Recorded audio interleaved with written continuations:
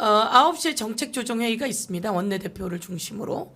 그리고 나서 9시 반에 이와 관련한 내용들이 전달될 테니까요. 그때 보시면 될 것 같습니다. 네. 저희도 좀 숨기고 있어야지 흥미진진하지 않겠습니까? 근데 이 파일이 네. 나오지 않더라도 뭐 가서 파묘하라는 얘기까지 들으셨는데 네. 그러니까 검찰에게 파묘해라. 제가 그 창원지검장을 국정감사하지 않았습니까? 네, 정유미 씨. 예, 지검장. 창원지검장을 국정감사했는데 창원지검에서 이제 감당하기가 어려운 상황이 되었죠. 네. 예, 너무 많은 내용들이 있고 또 강혜경 씨도 국정감사에 직접 그 증인으로 나오셔서 이야기했잖아요. 네. 4천여 개가 있다는 겁니다. 4천여 개가. 파일이. 그럼 여기에 얼마나 어떤 것들이 김건희, 윤석열을 떠나서 온갖 곳으로 튀어나갈 예. 파일이 될 것이고요. 예. 그리고 명태균 씨는 이대로 두지는 않을 것이고 또 더 다른 것이 나오게 될 거다 이렇게 생각합니다. 예. 지금도 엄청나죠. 어제까지 명태균 씨 만나고 온 장윤선 기자의 그 내용도 예. 쫓아가기 힘들었지만 네. 상당히 충격적이었어요.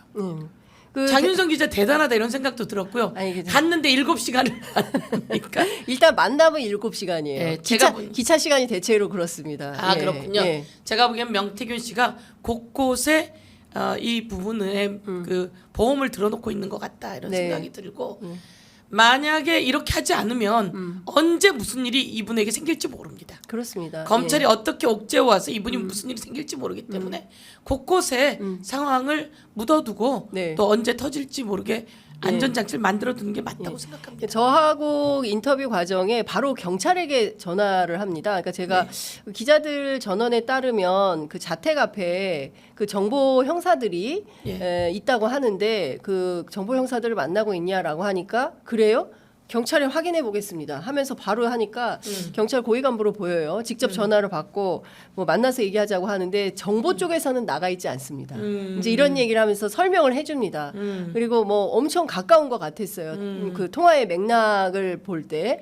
그러니까 명태균 씨는 지금 검찰, 경찰 그리고 오늘 그 뉴스토마토 보도를 통해서 나온 내용을 보면 2022년에 대우조선 파업 현장도 본인이 시찰을 하고 대통령에게 보고를 하고 대통령이 파업과 관련한 그 긴급 관계자간 회의도 주최를 했다는 거니까 이게 지금 이 나라가 김건희 여사 위에 명태균 씨가 있었던 것은 아닌가. 아니 명태균 씨가 제가 보니까 이 여론조사의 능력을 가지고 그 여론조사는 이제 조작 부분도 있을 수 있고요. 네. 자기는 조작이 아니라고 하지만 벌써 로데이터나 이런 것 속에 조작이 많이 맞습니다. 나오고요. 그리고 등수가 바뀌지 않습니까? 예. 그러면서 필요한 사람을 만드는 과정에 역할을 한 것 같아요.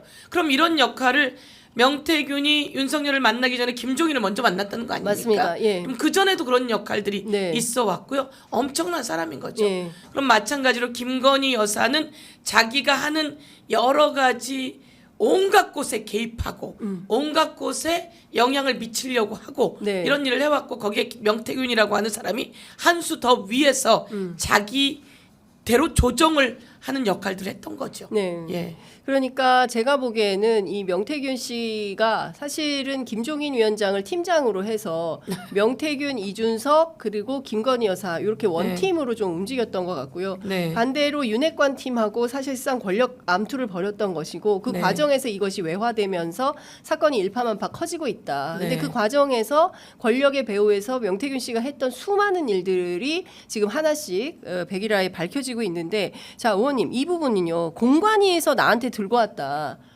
그러니까 공천관리위원장이 당시에 정진석 그렇습니다. 의원 아닙니까? 지금 비서실장이고. 예. 그러니까 당의 공관위원장이 이걸 왜 공관위원장이 대통령에게 들고 보고를 왔다는 거 아닙니까? 그렇습니다. 예. 민주당도 그렇게 합니까?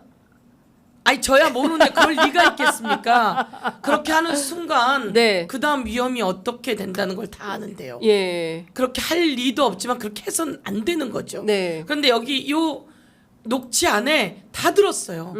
대통령에게 공관위에서 들고 왔다는 거 말씀처럼 예. 대통령에게 보고한다는 거고 대통령이 거기에 영향력을 행사한다는 거고 공관위에 보고 들고 왔다는 건 직전에 들고 왔다는 거 아닙니까? 네. 그럼 그 전에도 계속 보고하고 있다는 것을 그렇습니다. 이야기하는 거고요. 예. 그리고 녹취에 진짜 제가 보는 건 그건 진짜 평생 은혜를 잊지 않겠습니다.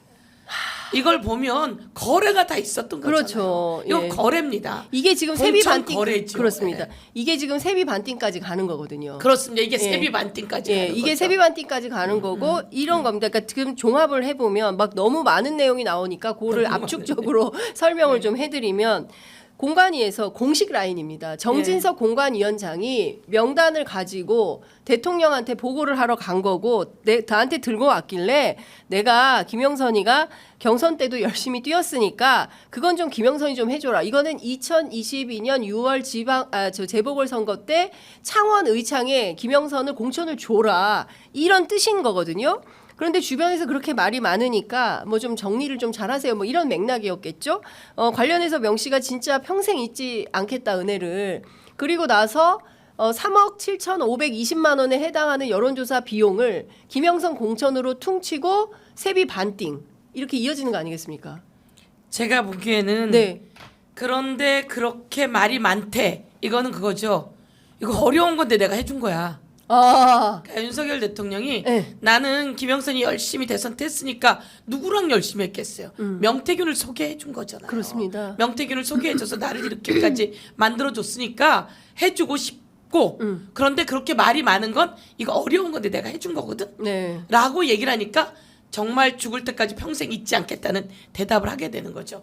그러면서 요때까지는 명태균도 그렇고 크게 여론조사 돈을 받지 않겠다는 생각을 했을 수도 있을 거예요. 아, 예. 그런데 윤석열 대통령은 검사를 했던 사람이라서 이 보고 받는 순간 네. 이거 잘못됐다는 거 다 압니다. 그리고 돈도 줘야 된다는 것도 압니다. 네. 그런데 그거 하지 않고 선거를 끝냈어요. 다 선거 비용은 끝났어요. 줄 돈도 없는 거예요. 대통령이 그 전까지는 이거 여론조사 보고 받고 그랬으면 돈을 줄 수 있겠다고 생각을 했을 거예요. 네. 근데 벌써 끝났어요. 줄 수가 없어요.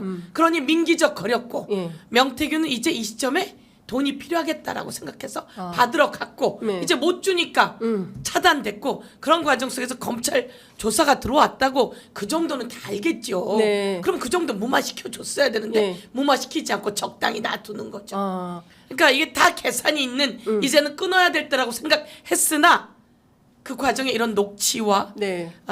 흔적들이 다 남아 있고 그걸 기록하고 있다는 걸 대통령이 거기까지는 생각을 못한 거죠. 제가 보기에는 돈 안 주고 띄워 먹으려고 했었던 것 같아요. 근데 공짜를 좋아하는 것 같아요. 그런 것 같아요. 윤석열 대통령이 공짜를 좋아한다.